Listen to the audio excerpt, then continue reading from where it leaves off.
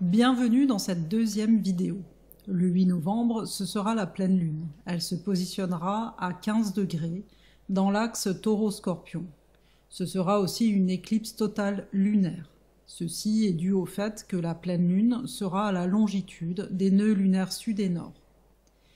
Mais revenons au symbolisme de cette deuxième partie d'analyse du cycle solilunaire. On dit que dans le signe du Taureau, la lune est exaltée. Cela signifie qu'elle est un peu émoustillée en quelque sorte. De ce fait, elle nous rappelle les forces de vie, l'abondance, le bonheur des plaisirs simples et des bonnes choses de la vie. Par opposition au Scorpion qui, lui, nous invite plutôt à transformer la matière. Par conséquent, on observe que cette pleine lune va réactiver le carré de Saturne à Uranus.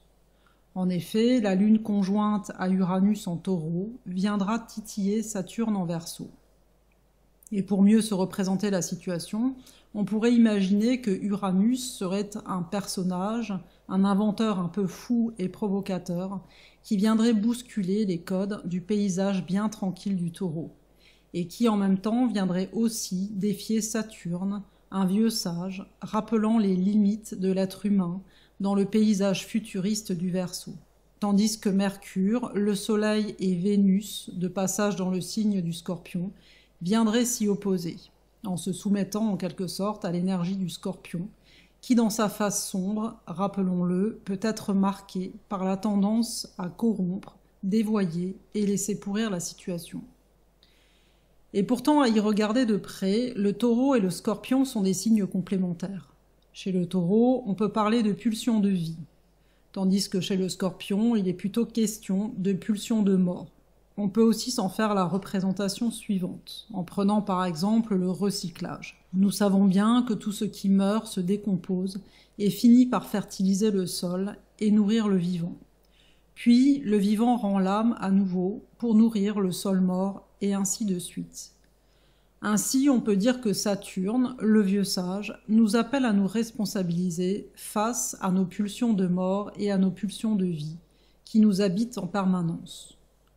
Cependant, le véritable outil pour y parvenir se trouverait-il du côté de Neptune en Poisson, qui sera en trigone au Soleil, à Vénus et à Mercure? Après tout, la véritable guérison ne consiste pas à effacer les fantômes et les crimes commis comme s'ils n'avaient jamais existé. Non, la véritable guérison pourrait se trouver dans le fait de s'accorder une écoute bienveillante qui viendrait, dans le non-jugement, comprendre et penser les plaies du passé. Ce moment de pleine lune est donc un moment à choisir pour déposer les armes en face d'une situation difficile, ou bien solliciter l'aide d'un thérapeute si l'on en ressent le besoin. Car la lune, bien sûr, va continuer son périple, et le 11 novembre, elle sera dans le signe des Gémeaux, aux côtés de Mars rétrograde en Gémeaux, en carré à Jupiter et Neptune en Poisson. Ne pas savoir à quel sein se vouer pourrait activer une sensation de flou et de confusion. En effet, les deux territoires mutables que sont les Gémeaux et les Poissons représentent respectivement la logique et l'irrationnel. Du côté des Poissons, il est question de s'abandonner et avoir confiance en la vie, tandis que du côté des Gémeaux, il est plutôt question de prendre conscience de l'environnement et de l'information qui nous entoure.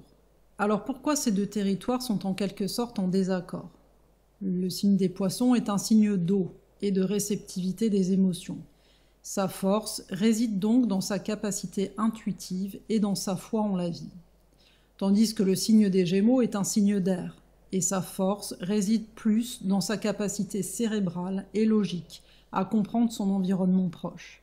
Il y a là une tension, car il n'est pas simple de s'abandonner à la force de vie, alors que l'on n'a aucune preuve explicative et tangible. Cependant, on peut dire que c'est précisément cet abandon ou cette confiance en la vie qui favorise les expériences et l'évolution de la conscience. Quant au duel entre Mars en Gémeaux et Neptune et Jupiter en Poisson, je vous donne encore une image symbolique. Imaginez un chien fou, plein d'énergie et de curiosité, qui viendrait remettre en question la philosophie de vie d'un vieux sage et d'un maître. Que se passerait-il à votre avis? Quoi qu'il en soit, la Lune va continuer sa route et le 16 novembre, elle sera dans le signe du Lion pour former le dernier carré ou quartier de Lune. La Lune sera aussi opposée à Saturne en Verseau. Dans le signe du Lion, la Lune brille, dit-on, pour faire illusion. Ses besoins peuvent être plus ou moins narcissiques. Ici, les pulsions qui dominent sont le pouvoir, la richesse et la gloire, par opposition toujours à Saturne, qui nous rappelle les limites et notre responsabilité sociale dans le signe du Verseau. Mais un carré décroissant au retour favorise aussi la dissolution d'éventuelles psychorigidités. Ce qui ne tue pas en quelque sorte rend plus fort, dit-on.